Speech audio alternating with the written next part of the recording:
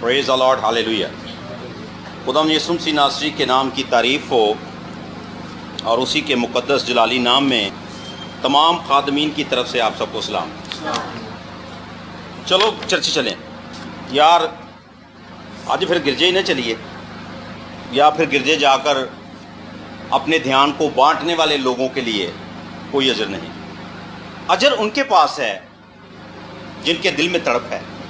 آؤ یار خدا سے ملاقات کریں، آؤ اپنے بادشاہ کے حضور چلیں، آئیے اپنے دوست سے ملنے چلیں، آئیے جو عزت ہم اور تمجید کے لائق ہے اس کے چرنوں میں جا کر اپنے سر کو رکھیں۔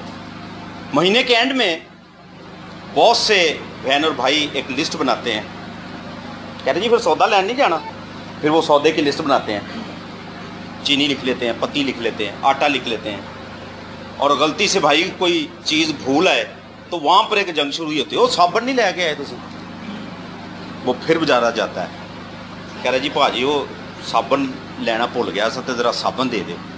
اور اگر کوئی شخص بغیر لسٹ بنائے اس سٹور پر جا کے کھڑا ہو جائے، ہر شخص اپنی اپنی باری سے اپنی اپنی چیزیں لیتا جائے، تو جس کے پاس کچھ لینے کے لیے نہ کوئی بات ہے، نہ کوئی اس کے اندر طلب ہے، نہ اس کی کوئی خواہش ہے کہ میں نے دکان سے سودا کیا لینا ہے، اس کو کچھ ملے گا؟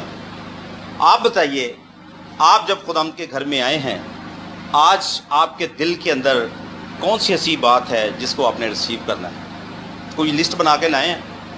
خداوند آج تو مجھے محبت دے، خداوند آج میں صلح کی برکت لینا چاہتا ہوں، خداوند میں بہت لڑائی جھگڑا کرتا ہوں، مجھ میں عیب جوئی کرنے کی عادت ختم نہیں ہو رہی، خداوند میں ان ساری باتوں کو تیرے سامنے رکھتا ہوں۔ کئی مرتبہ میں دوسروں پر بے جا غصہ کرتا ہوں، اور کئی مرتبہ رائٹ پہ بھی ہوتا ہوں تو غلط غصہ کرتا ہوں، کیونکہ یہ تیرا حکم نہیں۔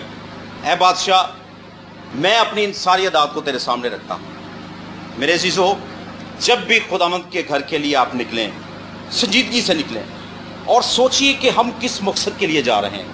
ایسے ہی نہیں آؤ یار گرجے چلیے، آؤ یار گرجے جانے والوں کے پاس نہ تو کوئی ان کے دل کی تڑپ ہوتی ہے، وہ بس ایسے ہی ہیں جیسے اس بھیڑ کی مانند ہیں جو صرف تماشا دیکھنے کے لیے یسوع مسیح کے ساتھ ہوا کرتی تھی۔ ہمارا خدا سب کچھ مہیا کرنے کی قوت اور قدرت رکھتا ہے۔